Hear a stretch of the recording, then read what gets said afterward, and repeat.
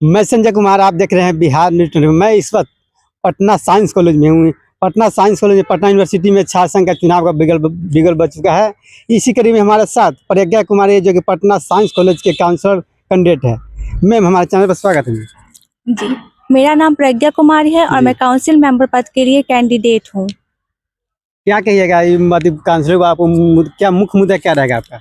तो एक टाइम था जब हमारे पटना साइंस कॉलेज को ऑक्सफोर्ड ऑफ द ईस्ट कहा जाता था, लेकिन आज हमारे कॉलेज की हालत ऐसी हो गई है दुर्दशा कि यहाँ पर ना तो सेमेस्टर वाइज बुक्स है, ना ही सीसीटीवी कैमराज है, ना ही जेंडर सेल है। तो मैं इन मुद्दों के साथ यहाँ पर आज इस इलेक्शन में खड़ी हुई हूँ। मैं फर्स्ट सेमेस्टर की छात्रा हूँ। यहाँ पे 6 महीने पहले आई थी अपने सारे सपने लेकर कि इस कॉलेज में होते हैं गरीब तबके के बच्चे आते हैं, कोई अमीर तबके के बच्चे इस कॉलेज में पढ़ने के लिए नहीं आते हैं। वो अपने साथ अपने सपने लेकर आते हैं। एक टाइम पर ये जो हमारा कॉलेज था आईएएस हब हुआ करता था। यहाँ से कई बच्चे आईएएस बनकर आईपीएस बनकर निकला करते थे, लेकिन इस कॉलेज की दुर्दशा आज ऐसी हो गई है कि यहाँ पे न्यूज आता है कि हमारे ही डिपार्टमेंट में प्रोफेसर को हमारे मारा जाता है एक बच्चे के द्वारा।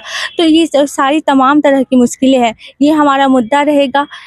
एनईपी के अनुसार बुक्स होनी चाहिए, पहला मुद्दा हमारा। दूसरा, सीसीटीवी कैमराज होना चाहिए। तीसरा, हर डिपार्टमेंट में पीने के लिए वाटर कूलर होना चाहिए। चौथा, की कैंटीन होना चाहिए।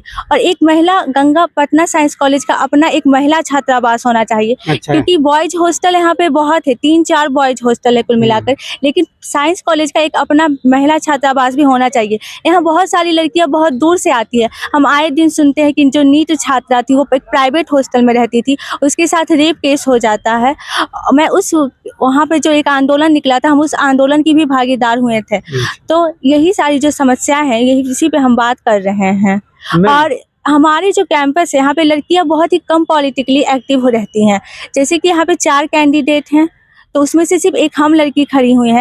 यहाँ पे ऐसी क्या बात है कि लड़कियां नॉमिनेशन भी नहीं देती है? जैसे कि आप देख सकते हैं कैंपस में लड़कों के साथ बहुत सारी भीड़ गई। अभी 20-30 लड़के एक लड़के के साथ थे, लेकिन हम भी कैंपेनिंग कर रहे हैं और मेरे पीछे एक भी लड़की नहीं खड़ी है। तो इसका क्या कारण है कि कैंपस में ऐसा डर का माहौल बना दिया गया है कि एक भी लड़की यहाँ पर आकर अपनी बात को, अपने मुद्दों को रखना नहीं चाहती है। वो डरती है कि अगर हम जाएंगे अपने बात को रखने के लिए तो कहीं हमारे साथ ये ना हो जाए, कुछ हो ना जाए। और उनके परिवार वाले मना करती कि कॉलेज जाओ, सिर्फ पढ़कर वापस आ जाओ। कॉलेज में काउंसलर पद में महिला लड़की कितना खड़ी है पटना कॉलेज में? ये साइंस कॉलेज में हम अकेले ही खड़ी है जी। कितना स्टूडेंट है यहाँ पे? 2000 बच्चे हैं, तो 2000 बच्चों पर 2 काउंसलर होते हैं। तो इसके लिए 4 कैंडिडेट हैं। 3 लड़के हैं और एक हम लड़की हैं। फर्स्ट सेमेस्टर की प्रज्ञा कुमारी। अच्छा, ये बताइए कि यहाँ पे पटना साइंस कॉलेज में माने यहाँ से नीतीश जी, लालू जी माने निकले हुए हैं, लेकिन आपको देखा जा रहा है कि माने गुंडागर्दी होता है। इस बारे में क्या कहिएगा पटना कॉलेज में?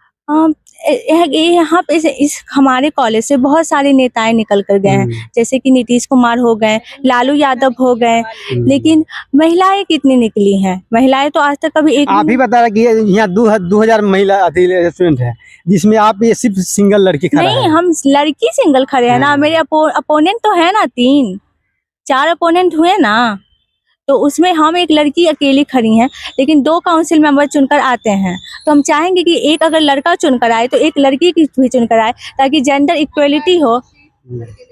हर बार 2 सीट 2 हॉस्टल वाले लड़के ले जाते हैं और फिर बाद में यहाँ पे आके गुंडागर्दी करते हैं। यहाँ पे 1 साल के लिए काउंसिल मेंबर होता है। अगर इतना ही काम वो लोग करते तो आज ये कॉलेज की ये हालत नहीं होती। अभी कुछ दिन पहले यहाँ पे स्पोर्ट्स हुआ था, तो हमारे यहाँ स्पोर्ट्स की ऐसी हालत थी, ना कोई इक्विपमेंट था। बाहर दूसरे कॉलेज से एक जैवलिन थ्रो मांग कर लाया गया था। तो यही इस कॉलेज की समस्याएं हैं। अगर किसी को चोट लग गई तो वहाँ पे लगाने के लिए कोई क्रीम नहीं थी, कोई स्प्रे नहीं था। पटना साइंस कॉलेज का देखा जाता है कि सेशन बहुत लेट चलता है, क्या कहिएगा? हाँ, हमारे कॉलेज में लगातार सेशन भी बहुत लेट चलती है। जैसे कि हाल में ही एग्जाम हुआ था हमारा ही सेमेस्टर 1 का, तो हमारा एडमिट कार्ड डाउनलोड होने में इतनी प्रॉब्लम हो रही थी कि एडमिट कार्ड डाउनलोड करने के लिए बार बार यूनिवर्सिटी का चक्कर लगाना पड़ रहा था। और हमारे कॉलेज का लगातार प्राइवेटाइजेशन किया जा रहा है। जैसे कि जो कंपनीज होती हैं, अच्छा, हाँ, वो कंपनीज को दे दिया जाता है एडमिट कार्ड बनवाने के लिए, एग्जाम्स कराने के लिए, जबकि वो करवाना चाहिए यूनिवर्सिटी के अपने खुद के आईटी सेल को। जैसे कि देख सकते हैं हमारे ही कॉलेज ग्राउंड का ये जो मेट्रो है, ये प्राइवेटाइजेशन का ही एक एग्जाम्पल है। पहले ये ग्राउंड बहुत बड़ा हुआ करता था, लेकिन आज ग्राउंड लगातार कम होते गया है। हमारा ये ग्राउंड पटना कॉलेज के ग्राउंड से भी बड़ा हुआ करता था और यहाँ पे बहुत स्पोर्ट्स भी हुआ करते थे।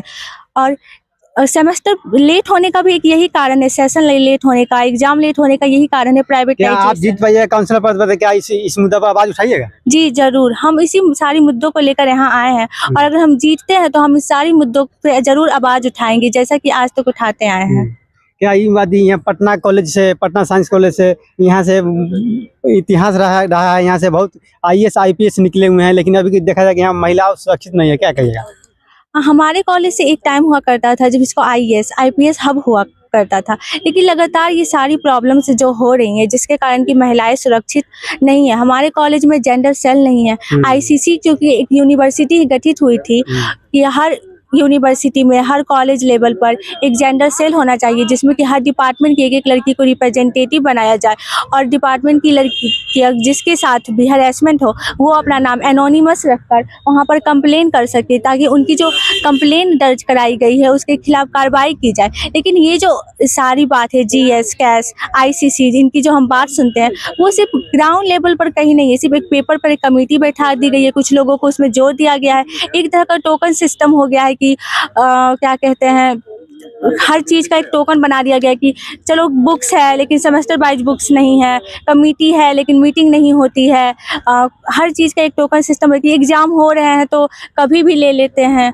अच्छा प्रज्ञा जी बताइए, आप काउंसलर पद पर जीत जाइएगा तो आपका पहला मुद्दा क्या रहेगा? पहला मुख्य मुद्दा क्या? पहला मेरा मुद्दा है वुमेन सेफ्टी, इस पर हम जरूर काम करेंगे। दूसरा मेरा मुद्दा रहेगा इक्विटी, जेंडर इक्विटी, जिस पर की काम होना चाहिए कि हमारे जो कैंपस में है इसमें महिलाएं उतनी बढ़ चढ़ के भागीदारी नहीं निभाती हैं, आती है चुपके से अपना क्लास करती है और उसके बाद चली जाती है। सिर्फ इतना ही नहीं होता है, कॉलेज में बहुत सारी चीज़ें होती है जिसमें कि महिलाओं को भी उतनी ही बढ़ चढ़ के भागीदारी करना चाहिए जितना कि लड़के करते हैं। ये हमारे साथ है पटना साइंस कॉलेज के काउंसलर पद के प्रत्याशी प्रज्ञा कुमारी जी को सुने थे। वीडियो कैसा लगा अपना कमेंट कीजिए और लाइक कर सकें। धन्यवाद।